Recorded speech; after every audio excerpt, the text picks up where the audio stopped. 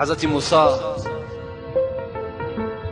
در دل خود گذرانیدن پروردگارا برای ما جنت میگویی، نعمتهای جنت میگویی و من میدانم که پیغمبرهای تو همه وارد جنت میشوند، منم از آن جمله.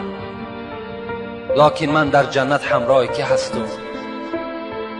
همراه کی هستم در جنت و همسایگی کی در من قرار دارم؟ خداوند ندا کرد موسی تو همراه یک قصاب در جنت سکونتی میکنی و هم صحبت میشه. حضرت موسی میگه در حیرت افتادن قصاب؟ گفتن بله همراه یک قصاب تو در جنت همراه میشوی. حضرت گفتن اون قصاب کیست؟ گفتن در فلان شهر سکونتی میکنن. حضرت میگه از مکان خود سفر کردن و بر آن شهر رسیدن.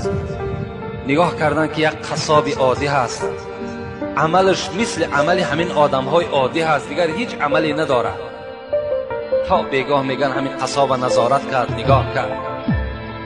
بعد این میگه بگاه که شد حضرت موسی خودش رو معرفی نکرد، شناس نکرد، بلکه گفت مسافر آیا در خانه خود راه میدهی؟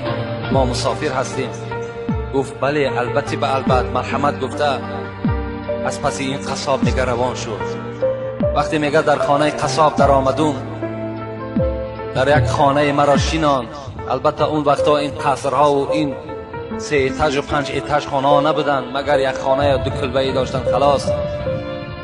میگه شیناند و حضرت پیش از آن که نزد من دسترخوان پرتاید و آنچه در خانه دارد پیشنهاد کند، اولا نگاه کرده میگه در کنج خانه یک سبدی بود که پر از پخته بود و در داخلش میگه یک زن خیلی برجا مانده افکار در داخل همون سبد بود.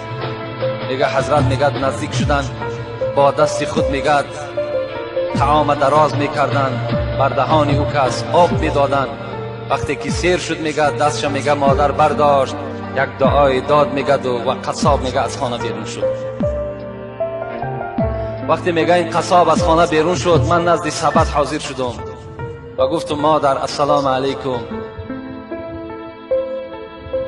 شما کی هستین؟ گفت من مادر همین قصاب هستم، سالهای زیادی رنج دارم، مصیبت دارم، بیماری دارم، لیکن الحمدلله که این فرزند من دایم در فکر نفقه من هست، شکم و لباس من و جای خواب من دائم عیان کردگی هست. میگه گفت مادر عزیز آیا یگان امید، آیا یگان دعا، آیا یگان درخواست مقصد داری؟